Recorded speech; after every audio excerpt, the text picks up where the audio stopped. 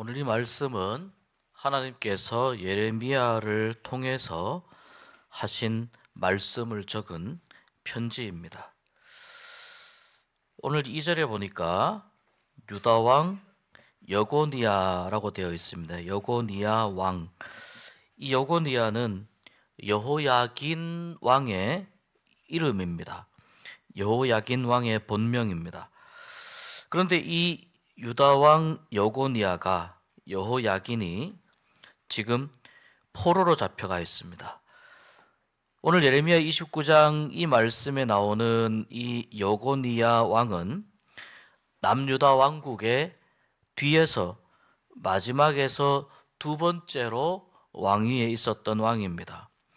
여고니야, 그러니까 여호야긴 다음에 마지막 왕인 이제 시드기야가 됩니다. 그런데 이 남유다가 이제 여고니야, 여호야긴과 시드기야를 끝으로 나라가 멸망하게 될 때, 그때 이 남유다를 멸망시켰던 나라가 바로 바벨론입니다. 여고니야는 어떻게 되었는가?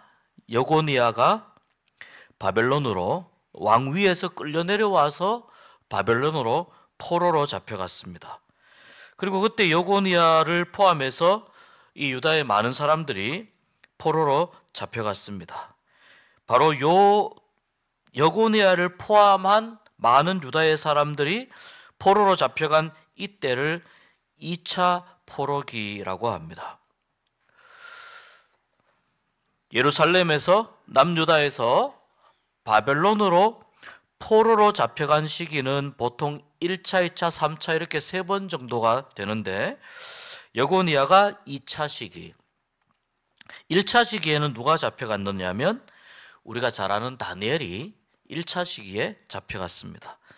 그러니까 바벨론은 1차, 2차, 3차 시기 동안 이 남유다에서 바벨론으로 포로로 많은 사람들을 잡아가면서 왕을 포함해서 왕뿐만 아니라 귀족들 또 정치인들 이러한 많은 사람들을 포로로 잡아갔습니다.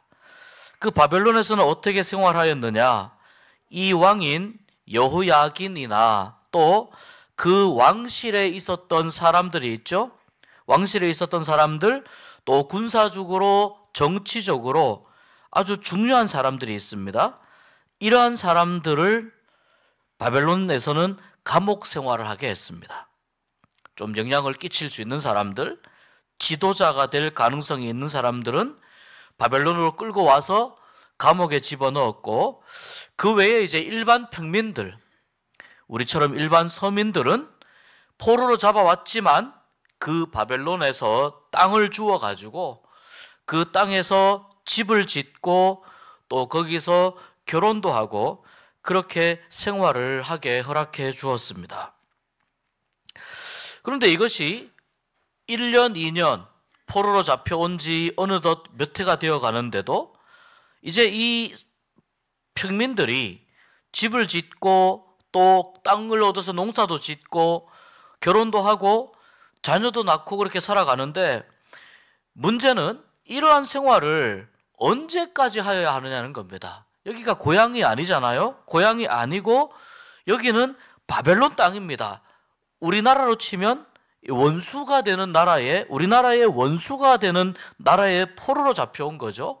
우리가 일제시대 때 사할린으로도 끌려가고 일본으로도 끌려가고 만주로도 많이 끌려가고 거기에서 물론 그 적응해서 살던 분들도 있었지만 고향에 다들 오고 싶어 한 거죠. 고향을 다들 그리워한 거죠. 그래서 언제까지 여기서 우리가 살아야 되느냐, 이제 이런 고민을 하게 되었습니다.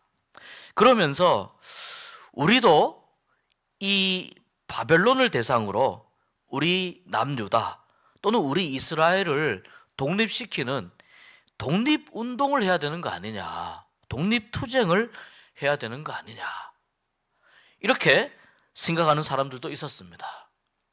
3.1절 독립만세운동과 같은 그러한 만세운동도 벌이고 우리끼리 무언가 이 바벨론에 대해서 우리를 독립시켜달라고 계속해서 우리가 투쟁을 해야 되는 것 아니냐, 이렇게 생각하는 사람들이 있었습니다. 또 여기 바벨론 땅에서 마냥 이렇게 태평스럽게 집 짓고 이렇게 그냥 정착해서 살다가 보면 혹시 우리가 고향에 돌아갈 때가 되었을 때에도 이제 여기에서의 삶에 너무 익숙해서 돌아가지 못하는 것 아니냐, 이런 고민들을 하고 있었습니다. 어떻게 해야 될까? 바로 그때 이렇게 고민하는 이 포로로 잡혀가 있는 그 이스라엘 백성들에게, 바벨론 땅에 잡혀있는 이스라엘 백성들에게 하나님께서 이 예레미야를 통해서 주신 말씀을 편지로 전달한 것이 오늘 우리가 읽은 이 29장의 말씀입니다. 그러니까 이 29장의 편지의 특징은 바벨론에 포로로 잡혀간 유다 백성들에게 전하는 하나님의 메시지이다, 이렇게 이제 볼 수 있습니다. 하나님께서 바벨론에 포로 생활하는 유대인들에게 당부하신 몇 가지 말씀이 있습니다. 첫 번째는 앞에서도 말씀드렸지만 바벨론에서 빨리 돌아오려고 하지 마라. 거기에 정착해서 살아라. 땅도 사고 집도 짓고 또 농사도 짓고 결혼도 하고 포도원도 가꾸고 자녀도 낳고 살아가라. 자녀의 자녀도 낳고 또 자녀들도 결혼시키면서, 오늘 말씀에 보면 굉장히 의미 있는 말씀이 있어요. 너희들의 숫자가 적어지지 않게 하라. 약해지지 않게 하라. 적어지지 않게 하라. 굉장히 의미 있는 말씀입니다. 그 말씀은 하나님께서 이스라엘 백성들을 회복시키실 때까지 너희들의 그 세력을 유지하고 있어라, 이런 뜻입니다. 그러니까 돌아올 때가 되어도 이스라엘 백성들이 결혼도 하지 않고 자녀도 낳지 않은 상태면 어떻게 되겠습니까? 시간이 많이 지나면 이제 전부 다 연로한 사람들밖에 없을 것이기 때문에 하나님은 그걸 원하신 것이 아닙니다. 그래서 여기에 정착해서 잘 살아야 된다. 더 잘 살아야 된다. 타향살이가 힘드니까, 또 포로 생활이 힘드니까 서로 격려하면서 잘 살아야 한다. 이것이 첫 번째 메시지입니다. 그리고 두 번째 메시지가 있습니다. 두 번째는 거기에서 생활할 때에도 아마도 내가 하나님으로부터 말씀을 받았는데 이 말씀이 이러이러하다라고 이야기하는 사람들이 있을 것이다. 그런데 그 중에는 그럴듯하고 또 좀 믿을 수 있는 것처럼 이렇게 믿게끔 이야기하는 그런 사람이라 할지라도 그 중에는 내가 그에게 말씀을 들려주지 않은, 내가 그에게 말하지 않은 것을 이야기하는 거짓 선지자가 있을 것이다. 이것을 구별해야 된다는 거예요. 거짓 선지자가 있을 텐데 이 거짓 선지자의 그릇된 예언을 구별하고 경계해야 된다. 그들이 어떤 예언을 하겠습니까? 이런 것입니다. 우리가 일찍 고국에 돌아갈 것이다. 이런 예언을 할 것이라는 거예요. 예레미야가 이야기한 시간보다 훨씬 일찍 돌아갈 것이다. 그리고 바벨론이 곧 망할 것이다. 이런 이제 거짓 선지자들이 메시지를 전하는데 듣기에는 너무 좋지 않습니까? 아, 빨리 고향으로 돌아가는구나. 우리나라를 멸망시킨 이 바벨론이 곧 망하겠구나. 듣기에는 너무나 좋지만, 그러나 하나님께서는 그 사람에게 말씀하지 않았다는 거예요. 말씀도 안 했고 하나님은 그 사람을 선지자로 세우지도 않았다는 겁니다. 그런 거짓 선지자들의 말을 분별하고 경계하여라. 이것이 두 번째입니다. 그 다음에 세 번째는 여호와 하나님을 찾되 간절히 찾고 또 간절히 찾고 또 간절한 마음으로 하나님을 찾으라. 그렇게 하면 하나님을 만날 것이다 라고 말씀합니다. 오늘 우리 본문 말씀 12절에서 14절까지의 말씀인데요. 우리 이 말씀 화면에 한번 비춰주시면 우리 다 같이 읽어보도록 하겠습니다. 너희가 내게 부르짖으며 내게 와서 기도하면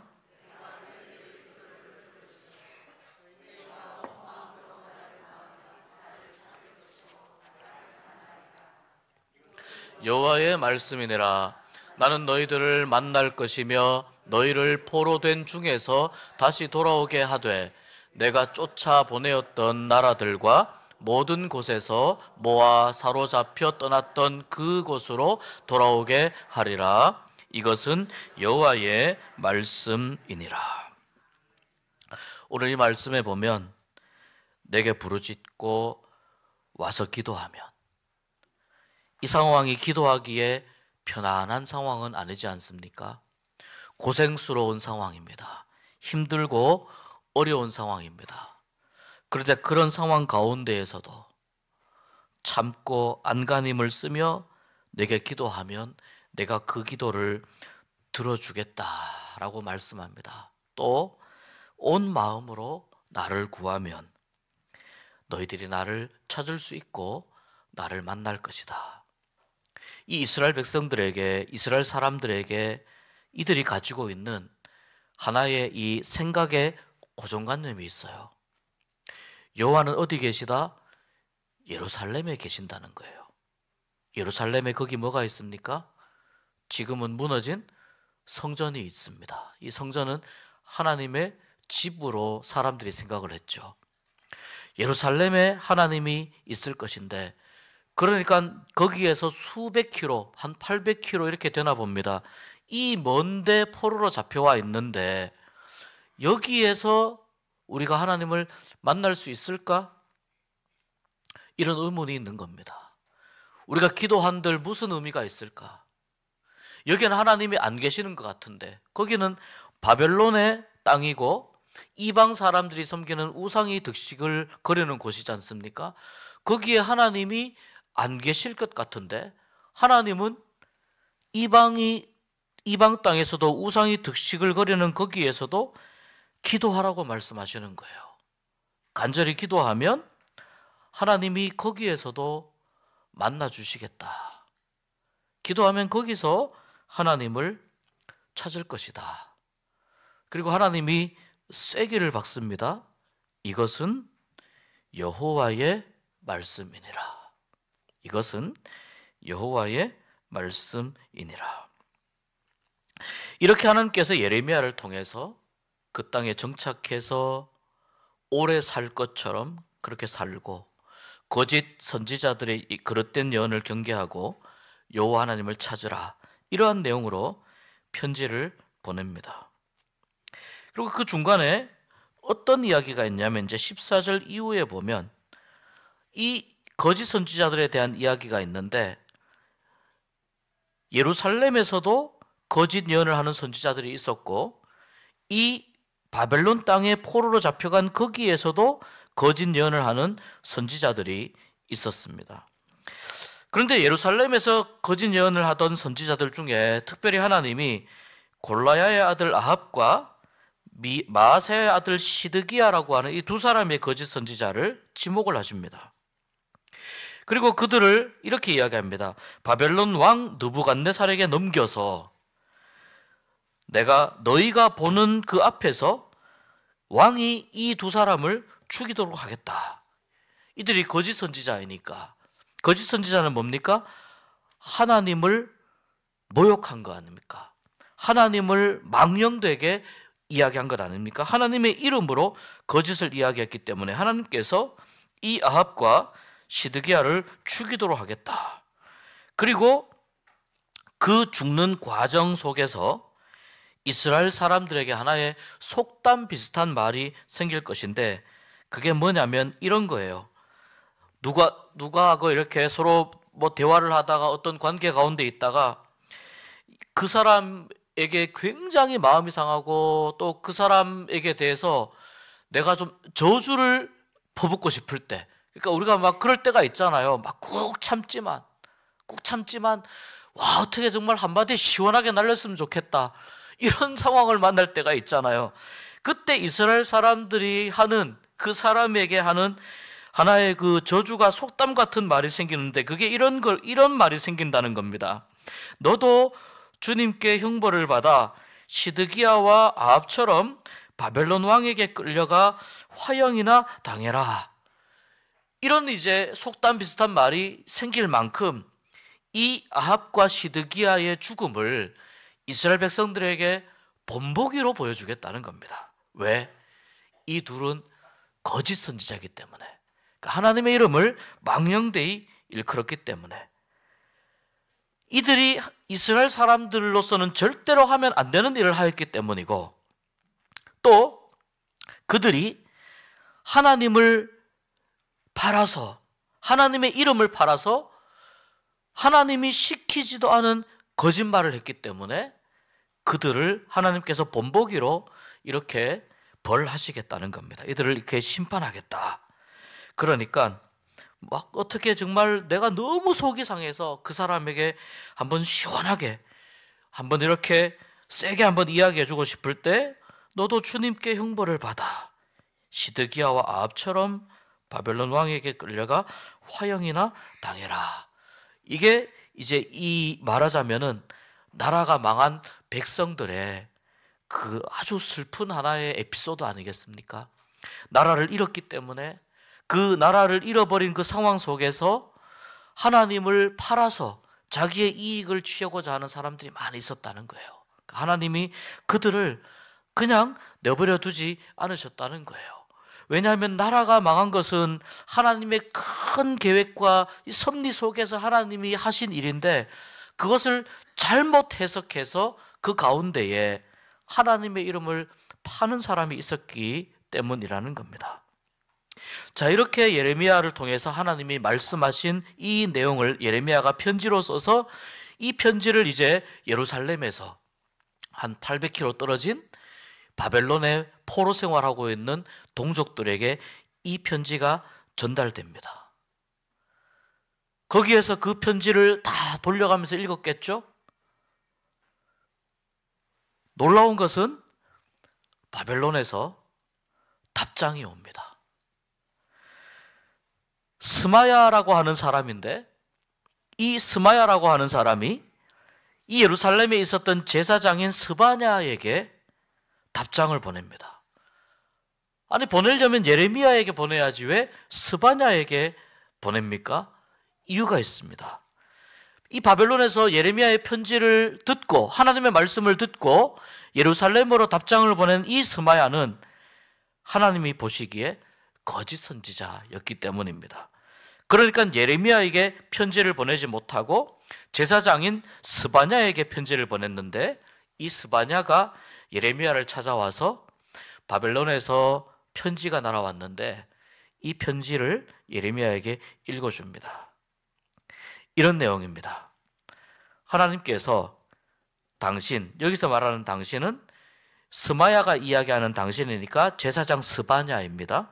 하나님께서 당신 스바냐를 제사장 여호야다 대신으로 이제 제사장을 삼았는데, 그리고 성전을 감독하고 성전을 섬기도록 했는데, 그렇게 하셨는데, 그 이유는 선지자 행세를 하는, 성경의 표현이니까 양해하고 들으십시오. 선지자 행세를 하는 미친 사람들을 다 잡아 옥에 가두고 착고를 채우거나 목에 칼을 씌우는 일을 하라고 당신을 예언자로, 제사장으로 당신을 세워준 것입니다. 그런데 그 선지자 행세를 하는 이 미친 사람이 누구냐? 그 사람이 바로 예레미야입니다. 라는 내용의 답장이 오는 거예요. 우리가 여러분, 저도 조금 이민사회를 경험해 봤습니다만, 자, 예를 들어서 한국에서 어떤 소식이 있는데 그것이 이민사회로 오게 되면 그 소식이 바로 이렇게 정말 정확하게 전달이 되면 괜찮은데, 멀리 떨어져 있기 때문에 어떤 한국에서 이런 일이 있었다라고 하는 어떤 소문이 들려오면, 딱 인터넷이 발달하지 않았던 그때니까 이것의 사실과 진위 여부를 확인할 수가 없습니다. 그러니까 여기에서 누가 이것이 옳다, 그 힘이 좀 센 사람이 이것이 옳다, 한국에서 들려온 이야기가 잘못된 것이다, 이렇게 이야기하면 또 그 사람의 지식과 경험과 또 그 사람의 지위를 믿기 때문에 사람들이 그를 신뢰하는 겁니다. 이 스마야가 이제 그런 역할을 했던 겁니다. 바벨론에서 이 편지를 받았는데 이 뭐 예레미야 같은 이런 미친 사람, 이 미친 선지자 행세를 하는 사람, 이 예레미야가 오히려 거짓 선지자이다. 스마야 나 자신이 참 선지자이다. 그러니 이 예레미야를 책망해야 됩니다. 예레미야가 하는 그 이야기를 한번 보십시오. 이 예레미야는 우리가 바벨론에서 빨리 돌아와서 독립한다고 하여도 사람들이 믿을까 말까 하는데, 예레미야는 우리가 고향으로 돌아올 날이 아직까지 까마득하게 멀리 있다고 말합니다. 우리로부터 소망을 빼앗아 갑니다. 또 지금 포로로 끌려간 그곳 바벨론에서 정착해서 집도 짓고 과일을 따먹을 수 있도록 과수원도 만들려고 하는 이러한 연락을 우리에게 줬는데, 어찌 우리가 바라는 말은 이것이 아닌데 이러한 말도 안 되는 이야기를 우리에게 편지를 써서 보내느냐. 이러한 내용으로 예레미야를 비난하면서 예레미야야말로 거짓 선지자이다, 미친 사람이고 그 예레미야를 책망해야 합니다 라고 스마야가 답장을 보낸 것입니다. 예레미야가 이 내용을 듣고 다시 하나님의 말씀을 중심으로 바벨론에 또 답장을 보냅니다. 30절에서 32절 말씀인데요, 제가 그냥 읽어 드리겠습니다. 여호와의 말씀이 예레미야에게 임하여 이르시되 너는 모든 포로에게 전언하여 이르기를 여호와께서 느헬람 사람 스마야를 두고 이렇게 말씀하셨느니라. 내가 그를 보내지 아니하였거늘, 여호와께서 스마야를 보내지 아니하였거늘 스마야가 너희에게 예언하고 너희에게 거짓을 믿게 하였도다. 그러므로 여호와께서 이와 같이 말씀하시니라. 보라, 내가 느헬람 사람 스마야와 그의 자손을 벌하리니 그가 나 여호와께 패역한 말을 하였기 때문에 이 백성 중에 살아남을 그의 자손이 하나도 없을 것이라. 내가 내 백성에게 행하려 하는 복된 일을 그가 보지 못하리라 하셨느니라. 이것은 여호와의 말씀이니라. 하나님께서 스마야를 안 보내셨다는 거예요. 그러니까 스마야가 하는 말도 전부 다 거짓말이라는 겁니다. 그런데 자기가 마치 예언자나 된 것처럼 그렇게 거짓말을 하고 그 거짓 예언을 사람들에게 믿게 하는 겁니다. 하나님께서 하나님께 대하여 거짓된 말을 한 이 스마야의 죄 때문에 스마야를 벌하고, 그리고 스마야 때문에 그의 자손들도 벌을 받게 하겠다라고 하나님이 말씀하신 내용입니다. 그 스마야의 자손들 중에는 앞으로 복을 누릴 사람이 없을 것이다. 이것이 하나님의 말씀이다 라고 예레미야가 다시 그 스마야의 편지를 듣고 예레미야가 다시 이 내용으로 그 포로로 잡혀가 있는 바벨론 땅에 편지를 보냅니다. 여러분, 이것이 29장의 말씀입니다.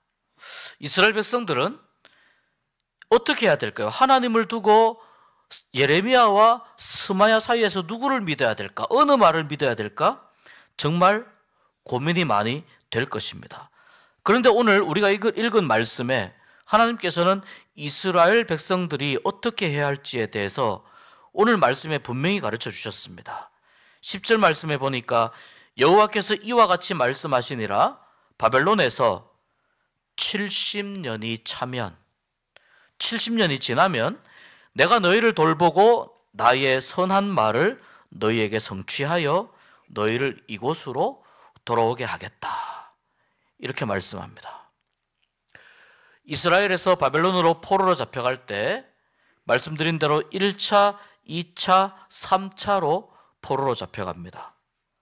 그리고 하나님의 말씀이 70년이 지나서 바벨론에서 이스라엘로 돌아올 때, 포로 생활에서 이제 자유를 얻어 이스라엘로 돌아올 때에도 역시 1차, 2차, 3차 이 세 번에 걸친 포로 귀환기가 있습니다. 1차는 스룹바벨을 중심으로 2차는 에스라를 중심으로, 3차는 느헤미야를 중심으로 포로 생활에서 돌아오게 됩니다. 그런데 이 포로로 잡혀간 이 때를 계산하면, 자, 1차나 2차에서 마지막 포로 귀환기 3차까지 계산을 하면 70년이 넘습니다. 70년보다 훨씬 더 긴 기간입니다. 그러면 하나님께서 시간 계산을 잘못하셨나? 이제 이런 의문이 들 수 있습니다. 하나님은 70년 지나면 돌아온다고 하셨는데 시간 계산을 잘못하셨나? 이 70년을 어떻게 계산해야 될까? 이제 이런 의문이 듭니다. 바로 70년을 이렇게 계산합니다. 예루살렘의 성전이 무너진 때부터 다시 돌아와서 예루살렘의 성전을 지은 때까지, 여러분, 요 기간이 70년입니다. 무슨 뜻입니까? 예루살렘 성전이 무너졌다는 것은 하나님을 믿는 신앙이 무너졌다는 것을 뜻하고 예배가 무너졌다는 것을 뜻합니다. 그러니 거짓 선지자가 판을 치게 되는 것이죠. 그러니 예루살렘 성전이 무너진 때부터 다시 예루살렘에 성전을 지은 때까지 이 기간은 예배가 무너졌을 때부터 이제 예배가 회복되기 시작할 때까지의 요 시간을 이야기하는 것입니다. 바벨론이 또 한 가지 70년에 아주 재미있는 의미가 있습니다. 바벨론이 강대국이 되어서 이 전 세계를 지배하던 그때부터 바벨론이 대제국이었으나 급격하게 몰락해서 망하게 되는데 요 기간이 또 70년입니다. 아주 재미있는 관점입니다. 재미있는 해석입니다. 하나님께서는 이 바벨론을 이스라엘의 심판의 도구로 사용하셨지만 하나님은 또한 그 바벨론의 죄 때문에 바벨론은 70년 동안만 존재하고 사라지게 됩니다. 그 뒤를 이은 제국이 바로 페르시아죠. 그 페르시아의 왕의 초대 왕인 고레스 왕이 칙령을 내려서 이 이스라엘 백성들을 고국으로 돌려보내게 됩니다. 하나님은 때로는 악한 자도 하나님의 도구로 사용하실 때가 있습니다.